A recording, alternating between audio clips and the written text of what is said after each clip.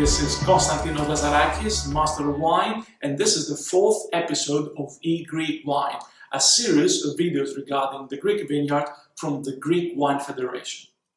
2 episodes ago, we kicked off our journey to the wine-producing regions of Greece. We went up north and we commenced on Thrace, then moved on to Macedonia, doing Eastern, Central and then Western. So the logical way through would be going to Epirus on the far northwest side of Greece and then make a dive, as you do, on the Ionian Islands.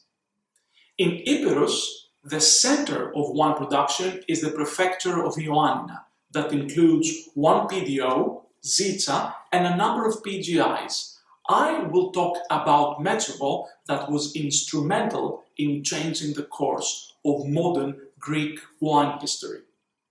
A PDO Zitza wine has to be based on the Debina white grape variety. Debina is really mineral with low alcohol level, crisp acidity and a wine of finesse. It can produce still wines, but PDO Zitza covers sparkling and semi-sparkling wines. In order to fully appreciate Debina wines, you have to think about recent trends in the world of wine. Wine professionals and wine drinkers around the world are increasingly bored by full throttle, high alcohol, low acid, really chunky wines. Now we have people saying, hey, we don't want to go anywhere near this. We want things that are based more on acidity, things that are refreshing, wines that can complement food. This is the core of what the Debina is all about. Maybe the finesse I'm talking about the Debina, it's not the finesse of the variety, but it's the finesse of the region, because Zitza is a cool region that includes also 2 red grape varieties that unfortunately are not included in the PDO, Vlachiko and Beccari. On both of these, the finesse, the ethereal side carries through. Low alcohol, crisp acidity, very fine tannins, lovely red berry fruits. Quite close to Zitza, as the bird flies, if you have to drive up and down the mountains, it will take you a lot more, is Metsovo. Metsovo is a pretty peculiar and, should I say, outstanding place in the world of wine history. Why? Evangelos Averos, an ex-Prime Minister of Greece, put a lot of effort in the 50s to reframe, revive the society and the infrastructure of his beloved Metsovo. Wine couldn't be outside of this effort. What makes Metsovo standing out is not just the history, but the location itself. In there, we have some of the highest vineyards for sure in Greece, possibly in Europe, with several parcels exceeding 1,000 meters in altitude. Also, we have the weather. In Metsovo, locals say that they have 8 months winter a year and then 4 months really cold winter. In this mountainous region, we had some of the very first plantings of Cabernet Sauvignon in Greece, and Cabernet still thrives here. The Metsovo Cabernets can easily age for 2 or more decades and they're very racy. However, we have wines from other grape varieties, local or international, that display the full grace of this cool climate, high altitude vineyard.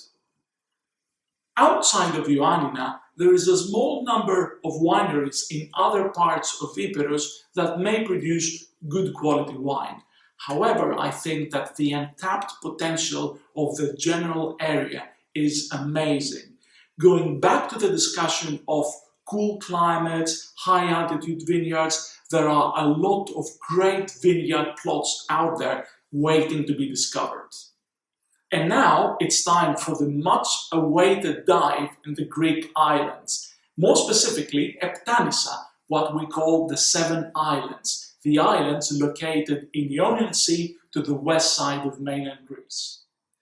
But before tackling the wine production on the Ionian Islands, I think it worth pausing for a second to reflect on the significance of islands in general in producing top quality wines. Islands are usually small, pretty isolated ecosystems that form the ideal basis of creating unusual styles of wines from rare, obscure grape varieties. The interplay of these factors can result in magnificent wines, but it's getting even better. Going to a Greek island is on everybody's bucket list. Can you imagine this? Swimming at a fantastic beach, then having a delicious meal coupled with a truly authentic, truly local bottle of wine. This is a mesmerizing experience. This is what makes wine the important product it really is. And this is why I think Greek islands are the greatest ambassadors of Greek wine around the world.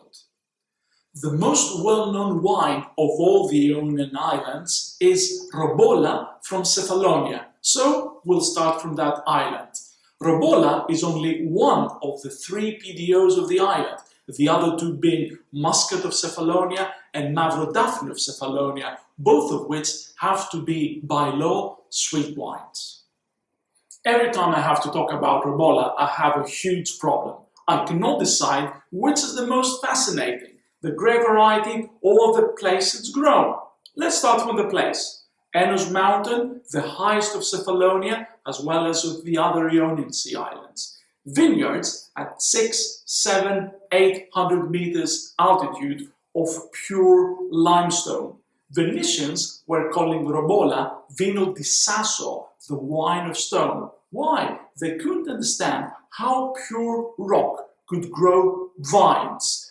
Even if you are a newbie and you visit such a vineyard, you will think, this is a pretty special place. This should produce some bloody amazing wine. But then Robola lands in your glass and convinces everyone. Lemony, mineral, a lovely palate shape driven by acidity, great mid-palate, and amazing food and wine matching capabilities. If you never had seafood and a bottle of Robola, you don't know how great life can truly be.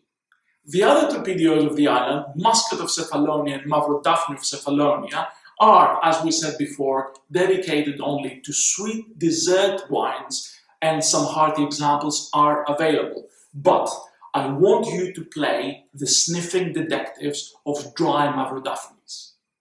Why you have to do that? Greek legislation is allowing the word Mavrodaphne only on sweet PDO wines. So there are producers in Cephalonia that craft some lovely dry examples from this grape variety, and they're not allowed to use the word on the label. So they're using names implying sometimes the use of the variety, or they come up with a fantasy name. Still, dry Mavrodaphnes smell like laurel, where the grape's name comes from, excellent tannins, grippy, chunky, fleshy wines that can easily age for a decade. Sailing south from Cephalonia, we get to Zakynthos, or Zante Island. And in there, we have something special. We have Verdea. Verdea is only one out of 2 appellations by tradition in Greece, and it's a wine unlike anything you've ever had. Let's talk you into Verdea, a blend of 16 grape varieties, all of them being rare, totally obscure. The most important is Pavlos, Schiavopoulo, and Gustolidi. During harvest, we have a mix of underripe and overripe grapes, creating a wine with, at the same time, high alcohol and racy acidity, which is then aged for many years into big, old wooden casks. There are bottles from the 50s of Verdea that can not only just be alive, they may have years ahead of them.